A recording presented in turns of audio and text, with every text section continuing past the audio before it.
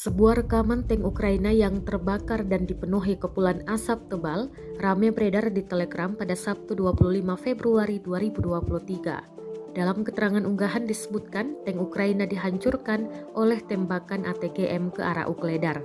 Tampak tank tersebut hancur dan terekam drone pengintai Rusia. Tak ada korban jiwa yang dilaporkan dalam penyerangan ini.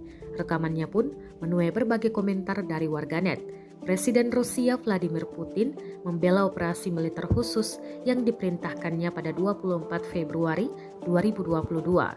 Dalam peringatan setahun invasi Rusia ke Ukraina, ribuan warga sipil dan tentara Ukraina tewas dalam perang.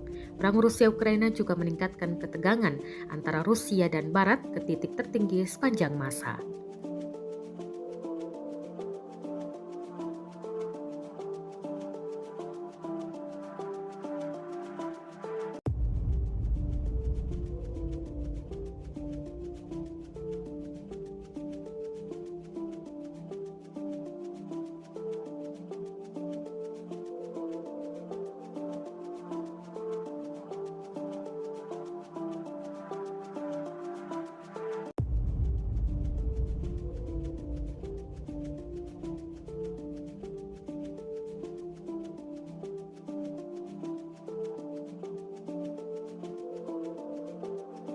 Terima kasih sudah nonton.